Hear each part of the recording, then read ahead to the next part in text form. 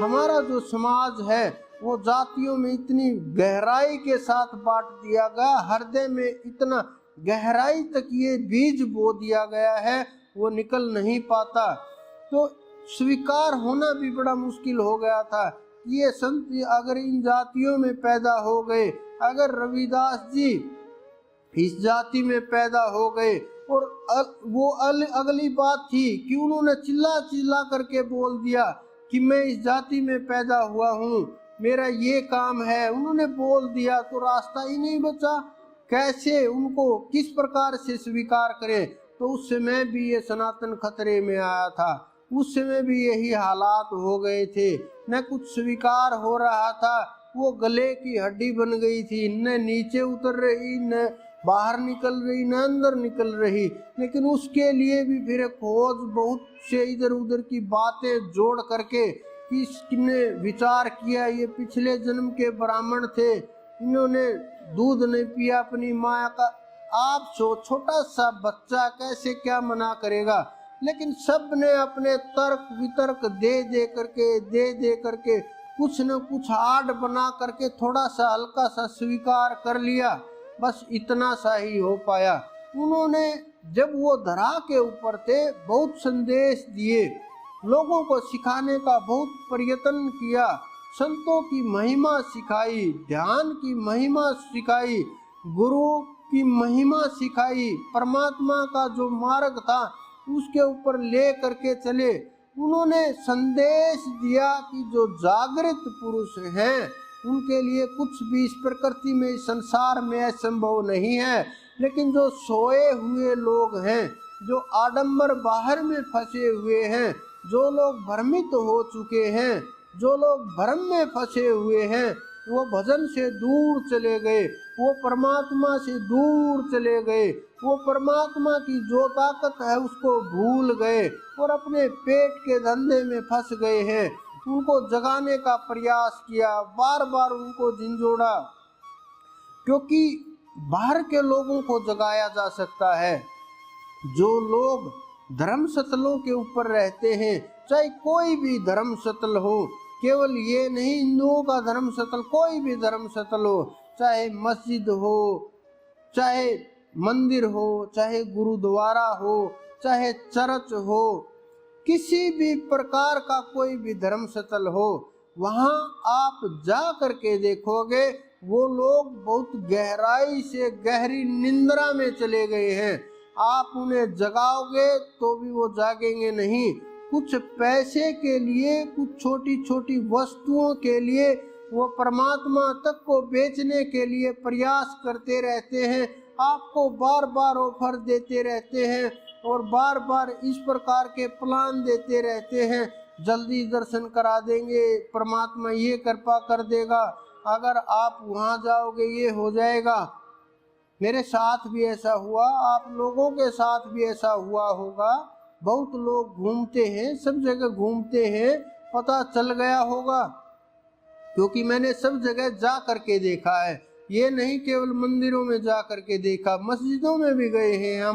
हम मदरसों के अंदर भी गए हैं, हम यूनिवर्सिटियों के अंदर, इस्लामिक यूनिवर्सिटियों के अंदर भी गए हैं। हमने जा करके देखा, बहुत चीजें ऐसी दिखाई दी जो आप सबको दिखाई देती हैं, लेकिन देखने का बस नजरिया अलग होता है, सोचने का नजरिया अलग होता है, और जिसकी जितनी बुद्धि कार्य करती है वो उतना ही सोच पाता है। तो हमें जो नजर आया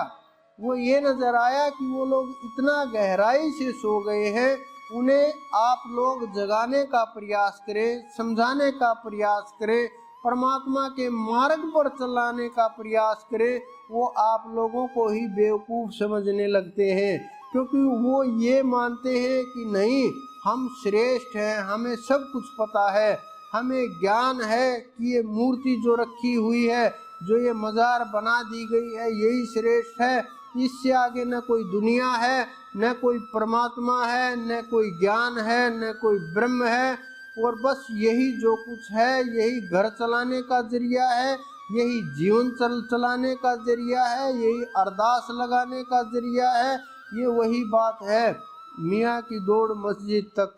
तो उनकी दौड़ केवल वहीं तक होती है, लेकिन वो इस बात से अनजान होते हैं कि परमात्मा नाम की ताकत होती है, उसके अंदर कितनी शक्ति होती है, उसकी सत्ता कहाँ तक है। जिनको हम श्रेष्ठ मान करके बैठे हैं, जिनको हम पूर्ण मान करके बैठे हैं, वो अपना कार्य करके जा चुके हैं। और वो जो अपना कार्य जो उन्होंने करना था, जो विशेष कार्य के लिए आए थे, उन्हें अपना निपटाना था, निपटा करके कर्म किया, वापस वहीं लौट गए, उसी सत्ता में विलीन हो गए और वहाँ पहुँच करके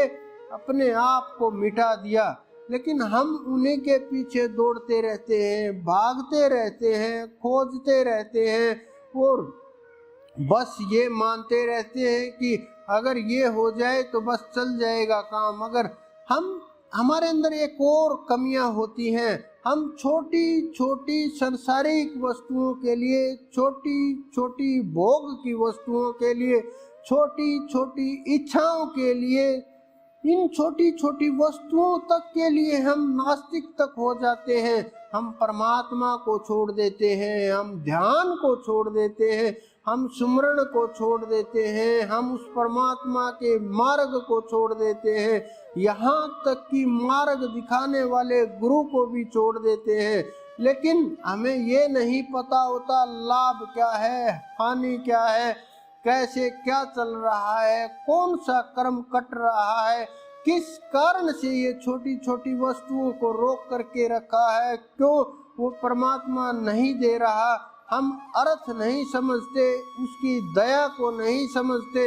उसके मार्ग को नहीं समझते, उसकी इच्छा के अनुसार नहीं चलते। हाँ, परमात्मा और गुरु को हम अपने अनुसार चलाने का जरूर प्रयास करते हैं। ये बिल्कुल असंभव सी बात है कि एक नादान छोटा सा बच्चा, एक पीएचडी वाले जिन्होंने एक्सपर्ट हैं, जिन्होंने पुस्तकें तक लिख डाली, जिन्होंने पूरा कोर्स किया, कि वो उनको पीएचडी की बातें बताए और वो सुने समझे, ये बड़ी आश्चर्य में खेल होता है, बहुत खतरनाक। लेकिन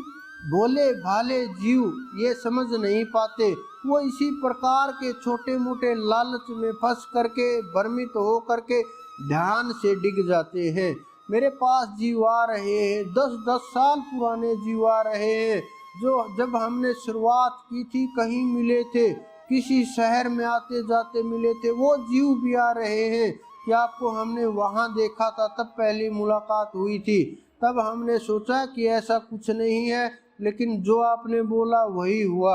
आज तक, क्योंकि वही होगा। मैं अपने पास से ना कुछ बोलता हूँ, ना मेरे पास बोलने के लिए कुछ है, ना मेरे पास शब्द हैं, ना मेरे पास ज्ञान है, न कुछ भी नहीं है, क्योंकि मेरे पास तो केवल उसका नाम है जो उन्होंने दिया सुमरण के लिए, जो उन्होंने कृपा की, जो वो बोलते हैं हम आगे बोल देते हैं, जैसा वो संदेश करते हैं हम वैसा उपदेश कर देते हैं, वैसा उनका संदेश ऐसे कैसा हम आगे पहुंचा देते हैं। और जब उसकी जो आवाज़ है, उसके जो शब्द हैं, उसकी जो ताकत है, उसकी जो पहचान है, उसका जो नाम है, उसकी जो सत्ता है, उनकी जो वाणी है, वो कोई काट नहीं सकता। अनंत अनंत ब्रह्मांडों में भी कोई काट नहीं सकता। उसके अंदर इतनी ताकत है जितना ये बुद्धि सोच नहीं सकती, ये मन खोज नहीं सकता, ये विचार वहाँ तक पहुँच नहीं सकते, ये सूरत वहाँ तक जाना मुश्किल हो जाती है, ये नृत्य वहाँ तक पहुँच भी जाए तो चरणों में नतमस्तक हो जाती है।